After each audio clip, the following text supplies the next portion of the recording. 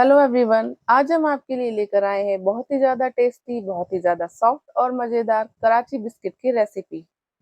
तो आज की वीडियो में हम जानेंगे कि बेकरी वाले कौन से ट्रिक्स इस्तेमाल करते हैं जिससे उनके बिस्किट बहुत ही ज़्यादा सॉफ्ट और स्वादिष्ट बनते हैं। और आज हम ये बिस्किट बिना किसी ओवन के कढ़ाई में बनाएंगे।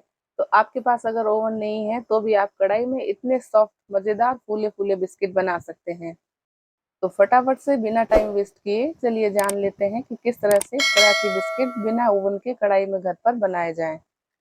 तो इसे बनाने के लिए हमने एक मिक्सिंग बोल ले लिया है और 100 ग्राम बटर ले लिया है।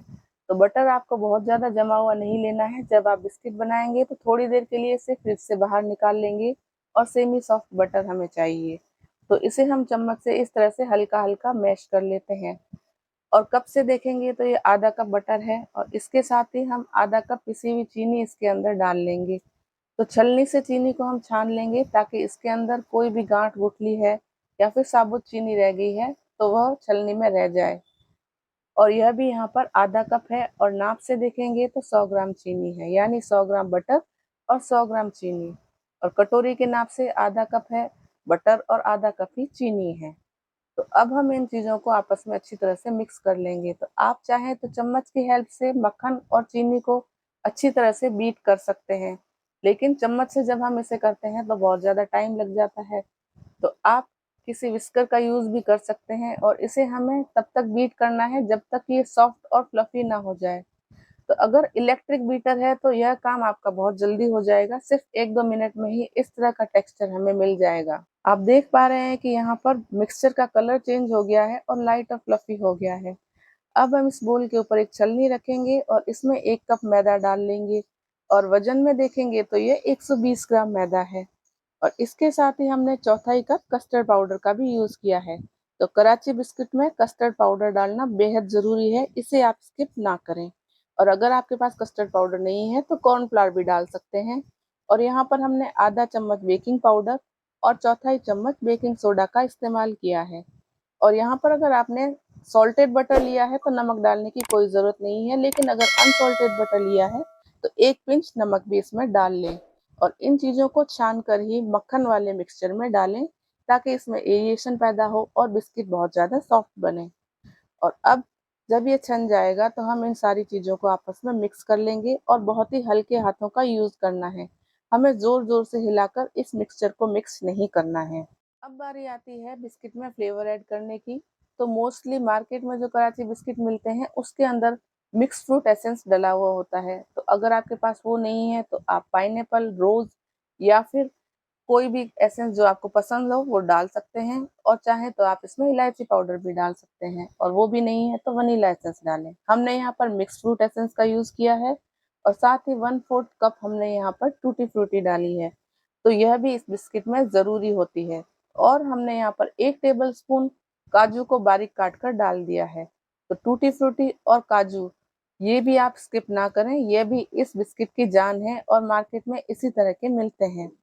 तो अब हम क्या करेंगे, इस डो को अपने हाथों से मिक्स कर लेंगे और बहुत ही हल्के-हल्के हाथों से हमें इन्हें आपस में मिक्स ही करना है। आप ध्यान रखें जैसे हम आटा गूँथते हैं उसी तरह से हमें इसे दबा-दबा कर गूँथना बिल्कुल भी नहीं है।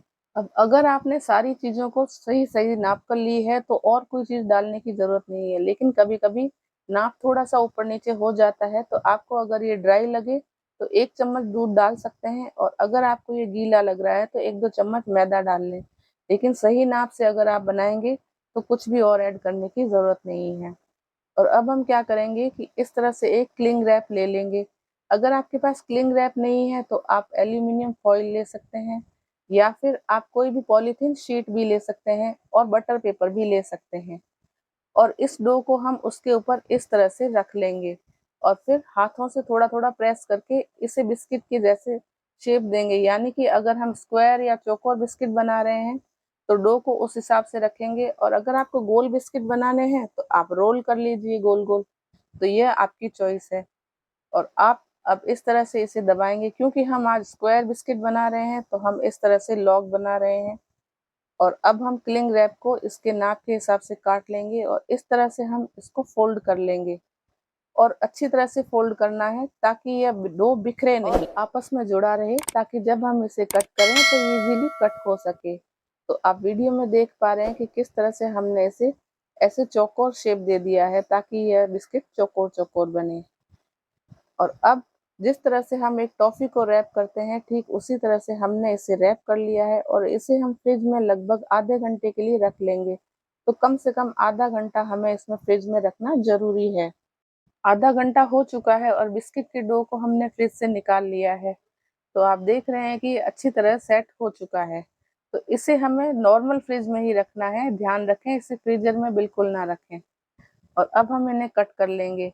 तो पहले हम रैप से इसे बाहर निकाल लेते हैं और अब हम एक शार्प नाइफ ले लेंगे और इस तरह से इसे कट करेंगे कि ये बिखरे नहीं। तो यूजुअली जब हम इसे कट करते हैं तो ये बिखर जाता है। तो आप क्या करें कि नाइफ को इस तरह से धीरे-धीरे इसके ऊपर चलाएँगे तो यह आसानी से कट जाएगा, यानी कि इसके अंदर जो हमने ड्राई फ्रूट और टूटी फ्रूटी डाली है, उसके कारण यह बिखर जाता है।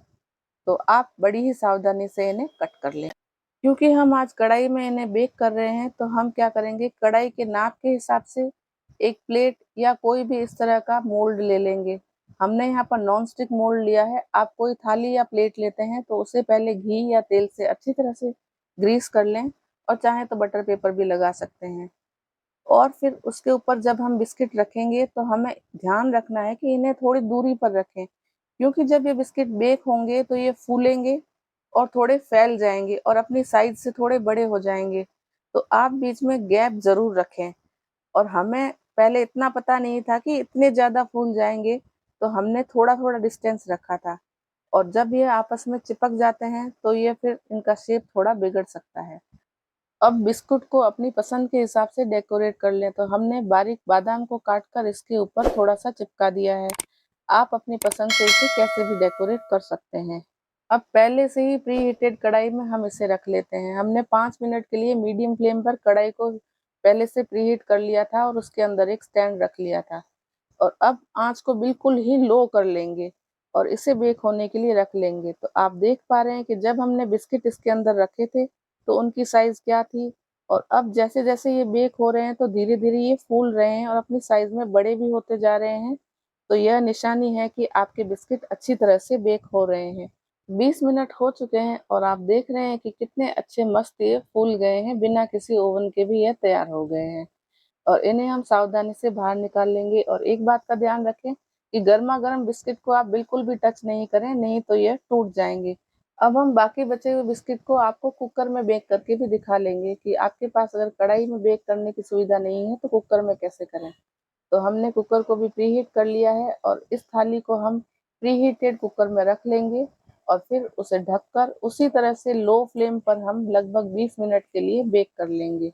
तो लीजिए, कढ़ाई और कुकर दोनों में ही बिस्किट बहुत अच्छे बेक हो चुके हैं और बिल्कुल बेकरी स्टाइल ये तैयार हुए हैं। जब बिस्किट बन रहे थे तो पूरे घर में इसकी महक अच्छे से फैल गई थी। अब क्योंकि हमने कढ़ाई और कुकर में बेक किया है तो नीचे से ये थोड़े ज़्यादा सिकेंगे और ऊपर से जो ताप कम लगता है तो थोड़े हल्के सिकेंगे। और अगर आप इसे ओवन में बेक करना चाहते हैं तो 170 डिग्री पर आप इसे 15 या 16 मिनट के लिए बेक कर सकते हैं। तो ये दोनों तरफ से एक जैसे कलर के ही सिक जाएँगे। लेकिन कढ़ाई में भी ये बेहतरीन बिस्किट बनकर तैयार हुए हैं और इसे जब हम तोड़ कर देखते हैं तो ये बहुत ही ज़्यादा सॉफ्ट हैं और अगर घर में बड़े-बुजुर्ग हैं तो वो भी आसानी से इसे खा सकते हैं। तो ये थी आज की वर्ल्ड फेमस कराची बिस्किट की रेसिपी और इससे पहले हमने अपने चैनल पर कराची हलवे की 2 रेसिपीज़ अपलोड कर रखी है, जिनमें मिलियन प्लस व्यूज़ आए हैं और आपने बहुत ज़्यादा प्यार दिया है उन रेसिपीज़ को। तो आप इसे भी ज़रूर शेयर करें और इस रेसिपी को ट्राई करें। और इसी तरह की नई-नई रेसिपीज़ के लिए आज ही हमारे चैनल को सब्सक्राइब करें और बेल आइकन को ज़रूर प्रेस करें, ताकि जब भी हम नए-नए वीडियोज़ अपलोड करें तो उनका नोटिफ़िकेशन आपको मिलता रहे।